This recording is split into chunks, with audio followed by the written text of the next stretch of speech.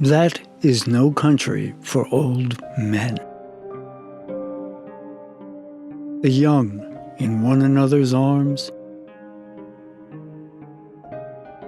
birds in the trees, those dying generations, at their song, the salmon-falls, the mackerel-crowded seas, fish, flesh, or fowl, commend all summer long whatever is begotten, born, and dies.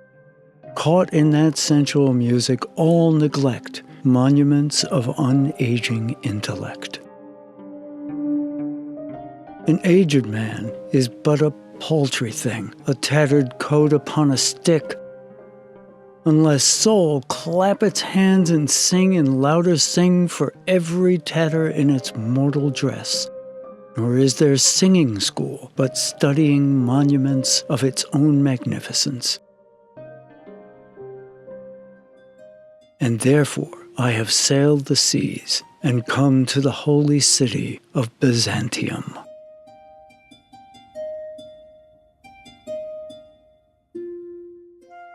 O sages, standing in God's holy fire, as in a gold mosaic of a wall, come from the holy fire, perne in a gyre, and be the singing masters of my soul.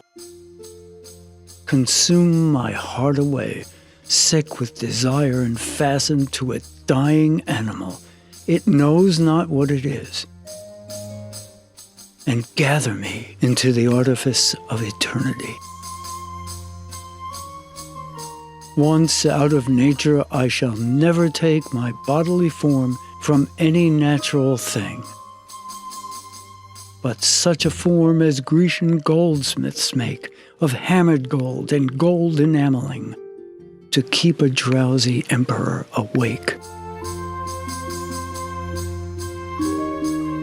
Or set upon a golden bough to sing to lords and ladies of Byzantium of what is past, or passing, or to come.